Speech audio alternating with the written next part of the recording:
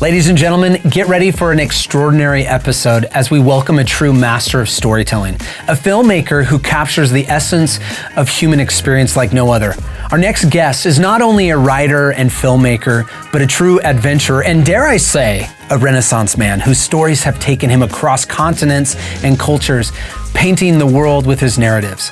With an impressive portfolio that includes documentaries like The Insanity of God and the award-winning Ends of the Earth, our guest's ability to unveil the heart of a story is unparalleled. From a small town in Arkansas to the bustling streets of Istanbul, he has traveled through over 30 countries, leaving his mark in places like Nations Media and General Aviation magazine. With a theological foundation, he brings depth to his craft. Today, he calls Boise, Idaho home, where he resides with his wife and 2 daughters, finding solace in the mountains and nature. Get ready to embark on a journey of storytelling brilliance as we sit down with the one and only Chris Burgess.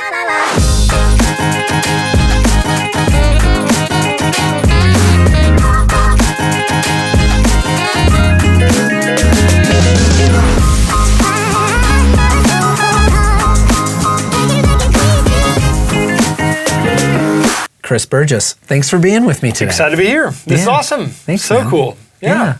And that's it, you guys. So I want to talk to you about a couple of things because one, you're probably like one of the kindest people that I know. And you are incredibly creative as a writer, as a producer. And so I want to talk to you, one, I'm fascinated with movies. I love good story. I love good movies. And so when you had a film, I jumped at the chance to go down to the theater. I was at Edwards and I watched your movie, Into the Earth. And it was just so cool to see someone who I knew like as a friend of mine, and boom, there is your name up on the screen. Yeah. It's just so cool. So let's talk about like where you're at, but before we do, can you talk to me about like entering into this world where you're now writing movies and you're like you're going and pitching things to people? Yeah. Like how do you dive into that? Yeah. Oh man. I think stories just capture hearts. I think if you think about the way that we tell, like just even the way that you come home and talk to your wife about your day, you tell it in a story format. You know, that's just naturally the way that we do stuff. And there's a magic there for me that's always has been there. It's just like getting sucked up in stories. I mean, I remember as a kid, opening The Hobbit or Goosebumps or Animal, just like you kind of get in these stories and it just takes you to another place. And there was something there that always just kind of captured me. And I could never put my finger on exactly what that was. And so I just kind of I grew up in a small town in Arkansas. I won't hold that against you. Thank you. Please don't. Got married to my sister, and no, I'm kidding. But my world was very small, and as I started taking these steps and just kind of fumbling my way forward, I just started falling into these places and meeting these people that opened more and more doors for me. And as I got into it, I started to realize, like, oh, you can there are ways to tell stories professionally. And that may look like you're a writer or storyteller. It may look like you're working for a nonprofit or various things. So I got connected. I was a missionary in Istanbul, Turkey, and in London for a couple of years. And while I was there, my job was to travel around the world and tell stories with missionaries, which was just incredible. I mean, it was just mind-blowing for me because, again, my world had been this tiny little town in Arkansas. It was like a redneck Stars Hollow from Gilmore Girls. That was what I grew up in.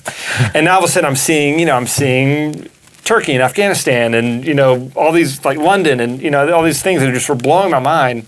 And in the process, I'm starting to meet these other people like me who are telling these stories. So I met a guy who was working in London with me.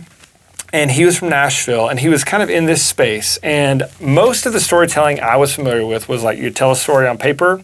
And he kind of opened me up to like, well, what if we paired, visuals with stories, and like you could write stories and I'll make them. And so we started working together. And So, long story short, I kind of come back and I get married and, we have kids and we moved to Idaho and I work for Mission Aviation Fellowship, which is in Idaho, based in Idaho. They have a fleet of small aircraft. They fly around the world. It's just the coolest thing ever. Their pilots come to train in Idaho. They fly around the world. They bring doctors and aid workers and missionaries into very remote villages. Mm-hmm. So I am working for them, and as I'm working for them, I'm talking with my friend that I met in London, Greg, and I was like, you know what, there should be a movie about this. Like, the stuff they're doing is incredible. And so we started the process of making a movie, and we had the idea, and then literally 2 days later, we had a movie. What? I'm just kidding. It took like Rocky. 5 years. 5 years. 5 years. Of pushing that project forward. And it was just like, the thing that I took away at the end of it was, any movie you see, whether you like it, whether you don't like it, it is a miracle that thing exists. Like, just the amount of work and effort and the people that go into creating something is just, it is a miracle. But, we went to Indonesia, we filmed all over the world, we got, all this stuff captured, and we created this thing. And then it got in theaters, and it was in theaters across the country for a couple nights. And I just remember walking into this with my wife, which we still had to buy a ticket. So the kid selling the tickets wasn't impressed. But, so I bought a ticket. I'm here to watch my movie. Yeah. Oh, really? That'll be $10, pal. So I wasn't a big deal. There was no red carpet. But I walked into the theater and I sat there and watched this thing that I had created, which that alone was cool. But then you start to hear these stories of how God is using this story to impact people that I've never met. So now I'm seeing these people that are watching it in Chicago or California or Oregon or wherever, and they're starting to change the trajectory of their lives based on a story. So they're, saying, you know what, I want to go be a missionary pilot, or I want to donate money to help, the gospel reach these places around the world. And it was just cool that God used a story to do that in people's lives. So that for me was like, okay, this is it. This is what I want to do. I want to find a way to connect stories, whether it's on paper, whether it's on screen, and use those things to help people, understand the world that God is calling them into. So it was incredible. That's fantastic. So I'm curious, if there's someone who's listening to this right now or watching this on YouTube, what would you tell them if they're interested in becoming a filmmaker and writing, and maybe they have a gift or a skill at writing? If you could surmise into a sentence, a tip for them, what's something you would, like, look into the camera and like as if you're talking to this guy, or maybe it's a younger version of you, right? It's the 17-year-old Chris Burgess, and part of you's like, I don't know if I've got what it takes. What would you say to you? Yeah, so that is a great question. Younger me, I think I would say that the hard thing about writing or storytelling or filmmaking professionally is it's not like being a doctor or a lawyer or some other profession where you want to do that, and then here's a set way to do it. You go to school to do this thing, you follow these steps, and then at the end of the day, you're going to end up with this specific job. Yeah, the path is not clearly laid out For me, really any creative work, there's many different paths you can take. I mean, it could be, you might go to film school, you might, you major in writing, or you might not. You might, what Tom Clancy, I think, was an insurance salesman before he started writing. So there's all these different paths that you can go down to. So I think what the biggest thing I would say to a young filmmaker is, if you feel called to this sort of thing, just pursue it. Take the next step, whatever the next step is in front of you. And I think for me, the next step, I'm having to daily remind myself, the next step is getting up and creating. So waking up and writing, putting forth this stuff, and not necessarily worrying about like, okay, how is this going to turn into some sort of profitable, venture for me or whatever, but more of like, what do I feel God leading me to do? That might involve that, you end up becoming a full-time writer or filmmaker or whatever. It might mean that you have a normal job, and in the evenings or on your lunch breaks, you're writing. But I think the thing is like finding joy in the work that you're doing, listening to what God is calling you to do, and then pursuing that in whatever way it looks like, and trust that He's going to take you down the path that He wants you to be on. So that may look like, you're at the end of that, you're a professional writer or whatever, and you've got books published and movies in theaters, or it could look like that you've created, whether they're videos or books or movies just for your family or community. And who's to say which one is more powerful? I mean, I think just leaning into this thing and allowing God to use it and let your gift flourish is the thing that I constantly have to remind myself is like, yeah. One of the things that you said that I want to make sure that I reiterate is that you want to go through the doors that are open to you. Yes. Because a lot of times when we are listening to the voice of God, or like, what is my calling? That in some ways is hard to find unless you are asking and seeking. Yes. Right? Like literally, like saying a prayer of like, God, I don't know what to do here. Yes. Help me. Show me what it is that I need to do. Everyone's talking about their calling. What the heck is that? I've heard people use it as assignment. Like, what is my assignment? What is my assignment here with this group of friends or this work that I have before me? What are the things that I'm passionate about that is stirring up inside me that I can do as a creative, as an artist, as a writer, as a filmmaker? What's the stories that I want to tell? What are the stories that I want to move, people's hearts with? So I love that. Yeah, that's great. Yeah, and I think the thing is remembering that you are living a story. You're living a story that God is writing. And a lot of times in the really good stories, there are moments in the stories where it gets muddled or the main character doesn't know where to go or doesn't even know what to do. I mean, sometimes there's really dramatic moments where there is a bad guy or a dragon to fight. Sometimes they're just kind of wandering around and not really knowing what to do. And I think what I found is that in those moments of like, this doesn't feel like a movie that's just playing out, or my life isn't quite turning out the way that I thought that it was going to turn out. Those are the moments really to slow down and to start to try and listen. Like, okay, God, what are you doing here? Because I think we believe as Christians that God is always at work. He is here with us. He is always moving and working.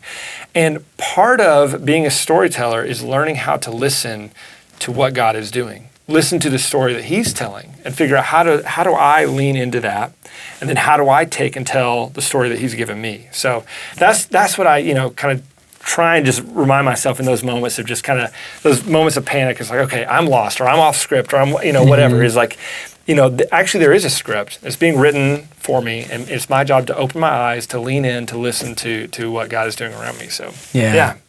That's wild.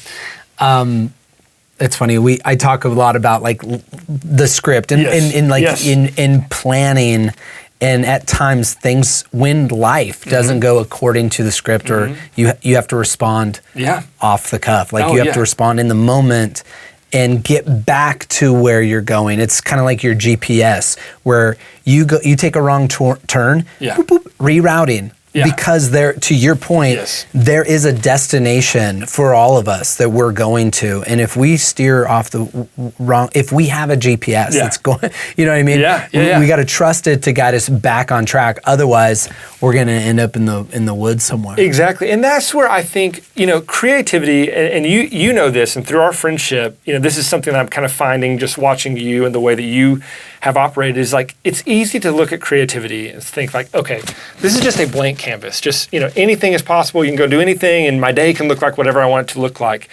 And, certainly there is an element of free-flowingness to it, but there is also, you need to have structure and discipline. So you need to have a center that you can kind of come back to. You need to have, and for me, what that looks like is daily routines. So, writing every day and setting aside time that this is the time that I'm going to show up at my computer and write. Sometimes it's going to feel super fun and awesome, like I think that it should.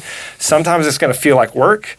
But my job is to show up. And so when those moments happen that kind of knock you off course or whatever, you're able to kind of recenter, to come back and say, I'm going to get back to what I know. And so, for the Christian storyteller, it's not just whatever the craft that you have is, but it's also the spiritual disciplines. I'm going to lean back into prayer, quiet time, Bible reading, those kinds of things. So, and I think that gives us a grounding that and the limitations that a routine and discipline put on us allow us to then really flourish as creatives.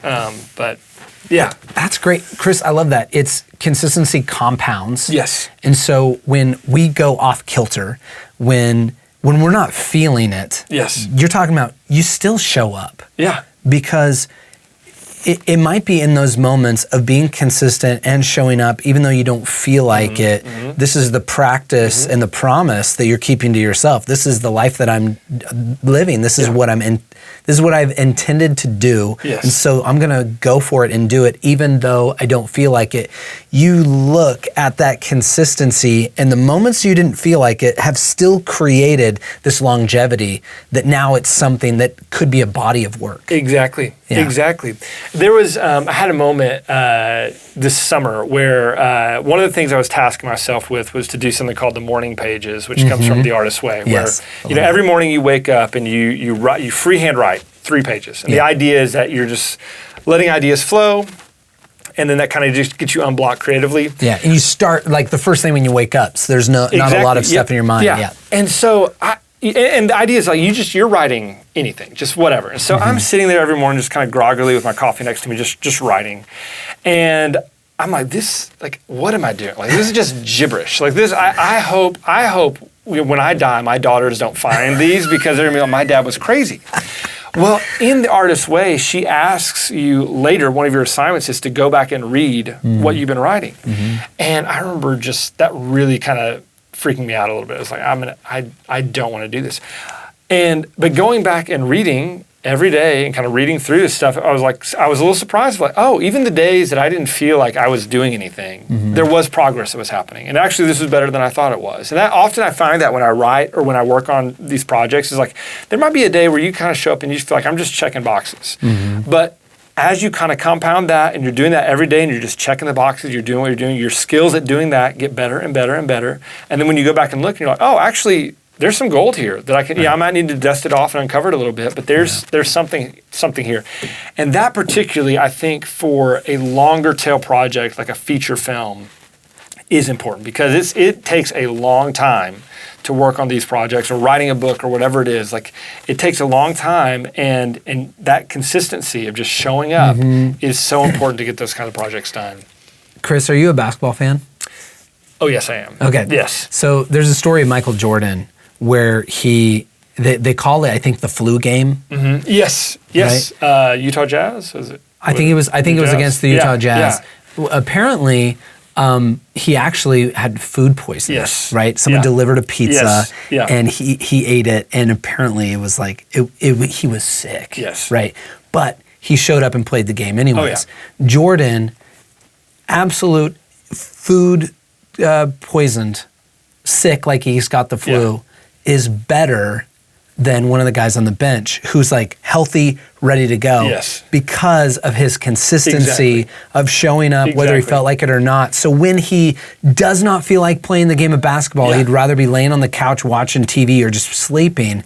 He is the guy that the team needed in order to win. You know what I mean? He's the guy that they needed. Yeah, exactly. And to me, basketball, and Jordan particularly, I mean, just is a perfect corollary to creative work. So, you look at Michael Jordan, you watch him play, really what is a fairly unstructured sport. You get out there and like you don't actually know what's going to happen any moment to moment. But there are plays that you're running. There's a center that you're coming back to.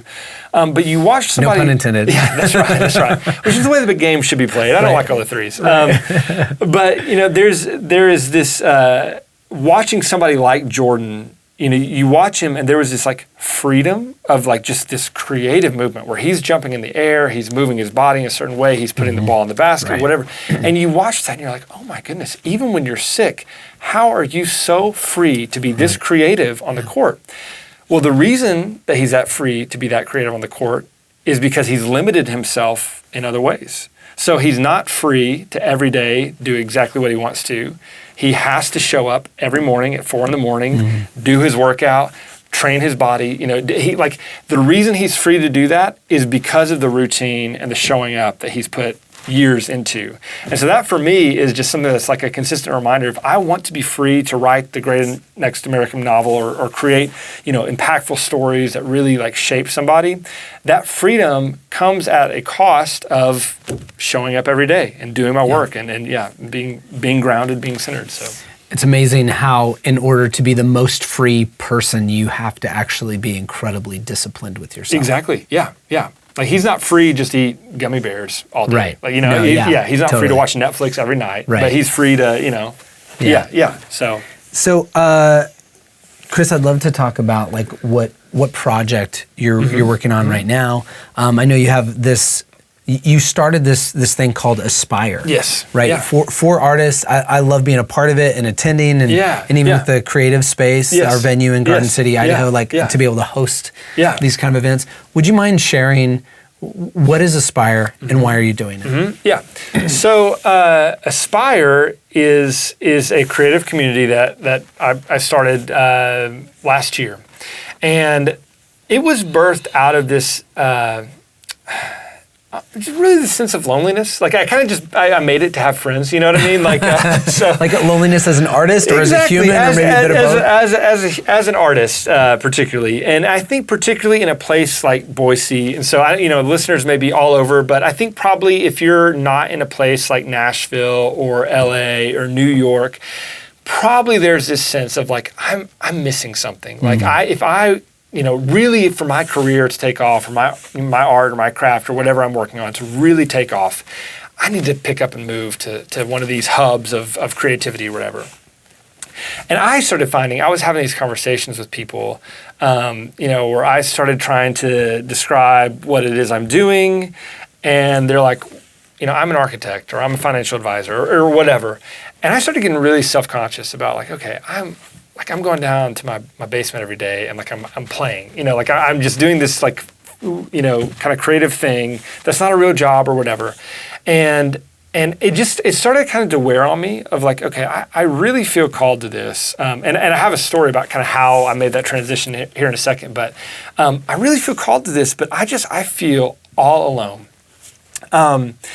And in the midst of that, this idea happened, and really it happened after a conversation that we had where I had just kind of started this venture, and we had coffee together, and I remember just sitting down and basically just being like, Sean, I think I made a mistake. Like, what am I doing with my life? And you were further down the road than I was, and it was almost like you were able to be like, hey, it's okay. Like this is just what this looks like to go down an unconventional creative path, and so that for me was just this light bulb moment of like, okay, well, if that's the case for you and that's the case for me, then maybe there are other people around that also that's the case for. And so what I've discovered is that there are tons of people in Boise, and I'm sure in the places that you live, there are tons of people around you that are doing this kind of thing or have a desire to do this kind of thing. And the neat thing is that because we're not a place like Nashville or LA or New York, there is a little bit more of a freedom to connect. There's less pressure, and because of that, there's less constraint of, how do I level up, or how do I like get my name in front of this person or whatever. Now we're just able to create. And so what we've started doing is I've started gathering these people around our community that are, poets or musicians or filmmakers or writers like me, or I connected with somebody that was a ballerina. There's all these different forms of creativity, but they're people who are Christians that want to use what God has given them in a way to invite people into His kingdom. And so we meet up once a month. We kind of get together, and it looks different. Sometimes it looks like somebody's sharing a song. Last weekend, we went to a film premiere downtown in Boise at a historic theater. You led a group, and we did some improv exercises. So it looks like a lot of different things, but it's been a blast to connect. And my hope too is that I can take the best of our community and connect it with the best of these other places. So last February, I hosted a film summit where I brought people in from New York and Nashville out to meet with us and kind of just collaborate on insights and ideas and trying to get that rolling every year. So yeah, I think that having community as an artist is key to your success, because if you don't have it, and especially if you don't live in a place where there are a lot of artists, it's very easy to feel like I'm alone, I'm floundering.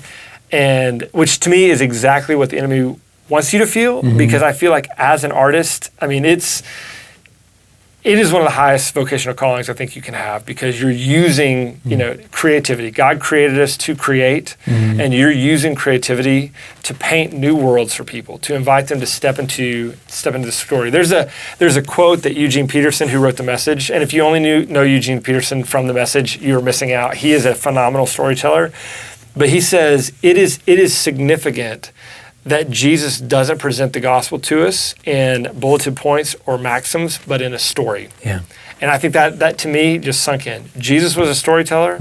He's asking us to do the same thing. He's asking his followers to tell stories, whether that's through words, whether that's through music, whether that's through painting, a painting. Yeah. Like God is asking us to help people see the goodness of God through what we create. So that's you good. need others to walk beside you for that. So Aspire, if you want to find us, Aspire, we're on Instagram at Aspire Community.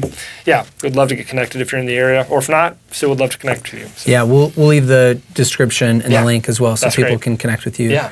I think that's great. I think you're absolutely right, Chris, as far as like feeling alone. I remember moving to LA and it almost having this orphan mentality. Everyone's leaving home to come to a city they've never been to. Yes.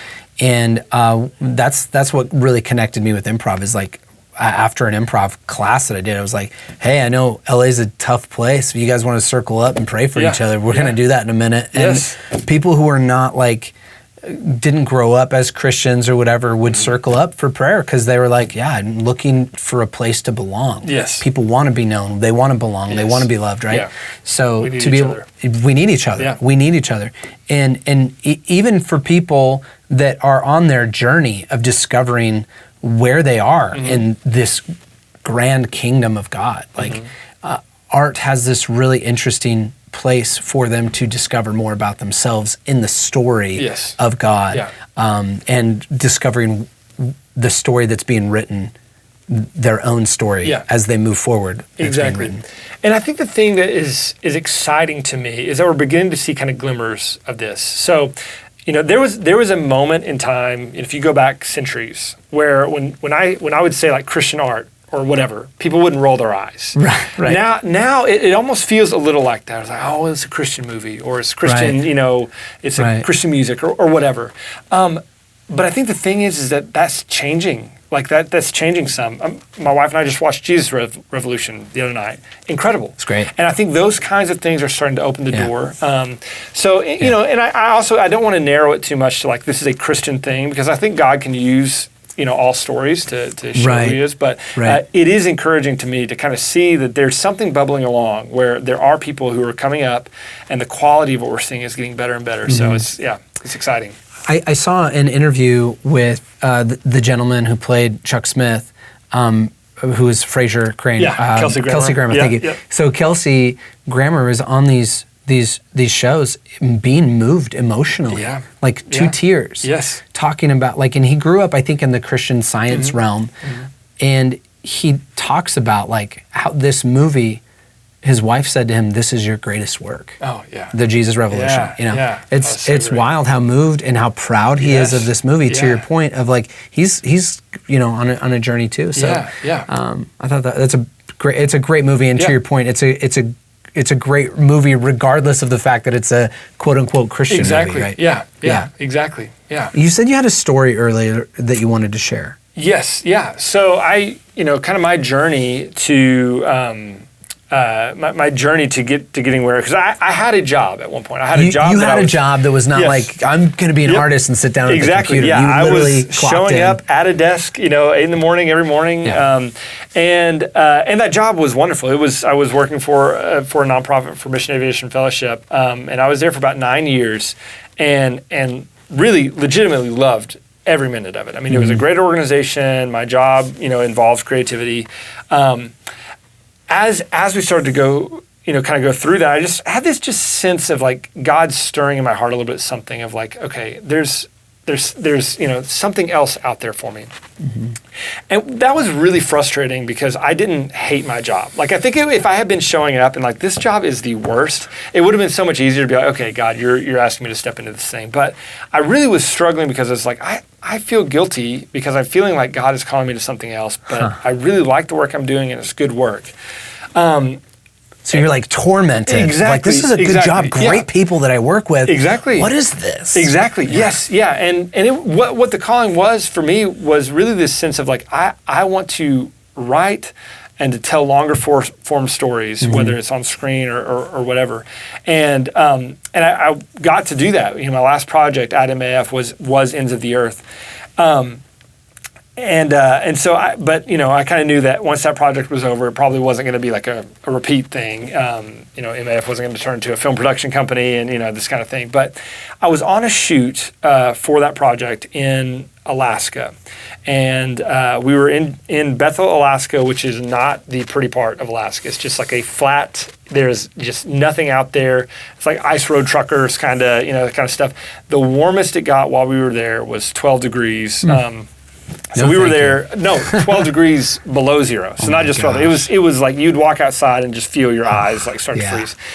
So we were there and everything we shot that week we didn't end up using any of that. And it was just, the whole thing just felt like a bust and I was exhausted. It just felt like, what am I doing? So I got on the plane and we took the little there was like a little bush plane from Bethel back to Anchorage to then fly back. And I was on that plane and I sat down in my seat with like my parka and 5 coats on because I'm freezing. And there was a few women that sat next to me and I put in my headphones and was listening to an audiobook called Adorning the Dark by Andrew Peterson. And Andrew Peterson he was a songwriter for Caveman's Call, and he writes his own stuff. And then he also has written this children's book series, a fantasy series called The Wing Feather Saga, which I would highly recommend. My kids love it. There's a cartoon now. But he wrote this book called Adorning the Dark. And it basically is his story of God calling him to be creative. And I sat there, and this is around the time too where I was having these conversations with friends who are, financial advisors and architects and have real jobs, and I was really feeling like a misfit. And I'm listening to him share his story about growing up in a small town, reading fantasy books, feeling this call to for him it was to write music, but to tell stories and do this stuff. And I'm sitting on this plane, and I'm sure these women next to me, I had a huge beard at the time too. They were looking over at me probably like, what is going on with this guy? When you go to Alaska, That's right. It just happened. So, I am just sitting there sobbing, listening to this book and thinking this is the first time I've heard somebody express the feelings that I have. I thought I was all alone in this thing. So I get off the plane in Anchorage and I call my wife. I was like, listen, I think this is what I want to do. And so we prayed together, and after a few months, I ended up leaving a job that I loved to go out and to write and make movies, which to me just, when somebody says that, I'm like, oh, come on. Even with hearing myself say it, oh, I'm a writer, it's just like, oh, that sounds made up. But I stepped out into this thing just because I felt like God was asking me to set aside my pride, set aside the security of a job, and step into this unknown space. And it has been, 2 years now, has just been an incredible journey most days. There are days where it's like, what am I doing with my life? And my wife has to talk me down. But most days, just to see God's hand, kind of moving through and just teaching me so much. So yeah, it's been incredible. So Aspire was born out of that. Just this idea of there are other people out there that need to know they're not alone, and they need to have somebody to walk with them on this path. So I think that's such a good reminder that you are not alone. Yes. Especially if you are a creative individual and you want to create good art, you have to call yourself an artist. You have to say it out loud so that you actually believe your own words. Yes. Whether it is a writer or an actor or a filmmaker, say it. Yeah. And then get good at it, because the world is in need of good art. There's a lot of really bad stuff, but we want to have good art. So you can ask yourself the question, how do I get good? And a lot of times it's failing fast. Yes. In order to get good. You got to create, put yourself around other people like Chris and Aspire, and risk putting yourself out there to get good so that you can make the world a better place. Because if you play it safe and you play small, you're not helping anybody. You're not helping yourself. You're not helping your art. You're not helping tell any stories if you're only playing safe and you're only playing small. So find that tribe of people and set yourself out on a path that's going to make yourself better and really the world around you. Oh, that's so good. And I think what you're saying about say that you're an artist or say that you're a writer or whatever, I think that is important, because I know for me there was this sense of I don't have a book published. So am I really a writer? You know, if I don't have like whatever I think that a writer should have, if I don't have this, am I really that? And something that I consistently hear from older writers or writers that are a little further down the road than me is writers write. Mm-hmm. That's what makes them a writer. Mm-hmm. And so for me and for you, you know, regardless of where you are on this journey, if you're writing, you're a writer. Mm-hmm. If you're painting, you're a painter. If you're making films, you're a filmmaker. That's like, there's not somebody that's going to give you this like crown that says, okay, now, here's your diploma. You are this. You know, it's you are this if you do this. And acknowledging that and being proud of wherever you are on the journey, being proud of it. Because I think like, man, just the enemy just kind of lobs those little like shame arrows at you. Totally. Like, well, who do you think you are? Right. You're a writer? Like, you know, come on. Where'd you go to writer school? Exactly. Right? Yeah, exactly. You graduated from writer school. Yeah. It's true. Yeah. I grew up in Montana and surrounded by ranchers and farmers. So to be an actor was a wild claim. Yes. I remember one day during hunting season that I heard some gunshots go off across our field and our neighbor's property. Mm-hmm. And our neighbor like was in Vietnam, and he does not like anybody hunting on his property. So I look out the window and I see a familiar truck. One of the kids from high school and his buddies, and I think their dad, were poaching on my neighbor's neighbor's yard. And what I realize is if I wanted to hunt on my property and I had the tags for it, I can do that legally because I have permission. Mm-hmm, it's my property, right? When you don't have permission, you can't hunt on someone else's property. Mm-hmm. So there's times where you have to ask for permission, and there's times that you need to own the permission you already have because you own the land. So some of you out there, you need to take the land or you need to ask for permission in order to get what you want, or come alongside someone and say, show me the way. Because sometimes you just need someone like Chris to say, dude, you're good. Or, wow, what a good piece of writing. You're a good writer. You sometimes need someone else. And that's the whole point of like finding other people, find a tribe of people who can support you, who can come alongside you, sharpen you, because that's how things get sharp, is iron sharpens iron, right? So coming alongside each other so that you can either own the permission that you've already been given, whether by God or you can get the permission that you need to create what you need to create. Can I ask you, for you, what did it look like to ask for permission? For you to step into, and I know you've been doing it for a long time, but what was it? What was that for you? Like, what was the asking for permission? Truth be told, I don't like. This is gonna sound weird. I don't identify as like a stand-up comedian, right? Even though people all the time call me a comedian, in my head I tell myself I'm an entertainer. Yes. You know, I'm an improv comedian. That's okay. So for me, I remember my aunt telling me, "You're a comedian." Yeah. She said, you're going to be a comedian one day, before I even understood what that word meant, right? And it took my sister telling me, Sean, you should try out for the school play. You'd be really good at it. Nice. And she had this ability to speak into me that whatever she said, I believed it. Sean, you should do that. You'd be really good at it. Because she knew me. So my sister knew me. She could say a thing, and I believed a thing. Yes. Right? If someone else told me, oh, you should try, I probably wouldn't believe him. But for some reason, my sister had this power to say, Sean, you should try out for the school play. You'd be really good at it. Yeah. And I was like, okay, cool. My brother already had the lead. Yeah. I tried out for the school play. I was really good at it. Got a standing ovation. Or not, I got an ovation during my I had 7 lines. You know, I had a small bit part. But after the show, my brother's a senior, I was a freshman. My brother says, dude, my kid brother stole the show. Yeah. And I had the lead role, you know. Yeah. And I had teachers coming up and being like, you got to pursue acting. Yeah. So it took a number of voices to even let me know that I had a gift. I didn't know it until I had so many people saying like, dude, you got to pursue this thing. You got to go for it. To go, oh, I didn't even know it. And the thing is like, sometimes our own genius, not calling myself a genius, but your own genius is invisible to you. Sometimes you need other people to hold up the mirror to you and say, dude, do you see what I see in you? Yeah. That's who you are. Yes. That's what a good friend does. Yeah.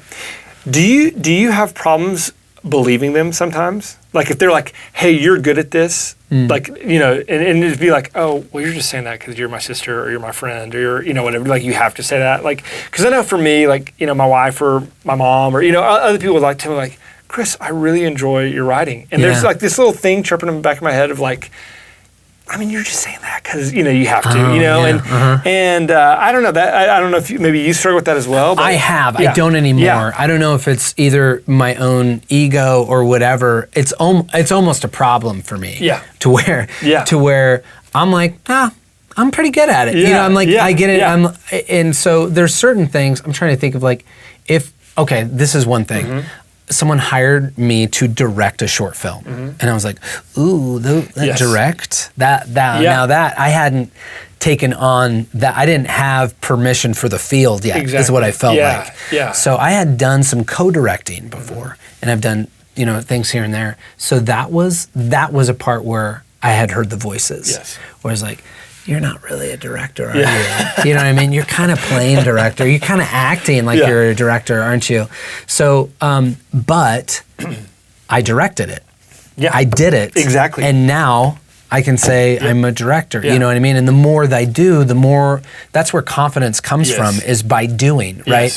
Even if it's failing, you failed, and now you have, you can speak to your experience. Exactly. You know what I mean? Yeah, exactly. And so, and I think that happens with you have a movie. I sat in a theater watching a movie that had your name on the credit. You know what I mean? Yeah. As wild as that is, that's now an experience. You know what I mean? And your next movie and your book that you're writing or whatever the things that you're putting out there are only going to give you more of the experience that you need in order to create great things. So a lot of it, I think this is the thing, kind of landing the plane on this concept, is that if you're a creative individual, you're going to be attacked by ideas or thoughts, whether they're your own or whether they're outside forces or thoughts of saying you're not good enough, you don't have what it takes, and you're putting on a show, right? If you can silence those voices or even say, that's not me, you know, I'm going to refuse to claim that as my own thought, identify it. Even the Bible says to take captive every thought, right? To take that thought captive, cast it out, and you could even use it as energy, be like, I'll show you. You know what I'm saying? Exactly. And I would just, anyone who's feeling that, who's hearing our voice right now or seeing this, I would say take captive those voices and ask for those voices who really you can trust, or ask God. And be like, God, is this my thing? Is this what I should press into?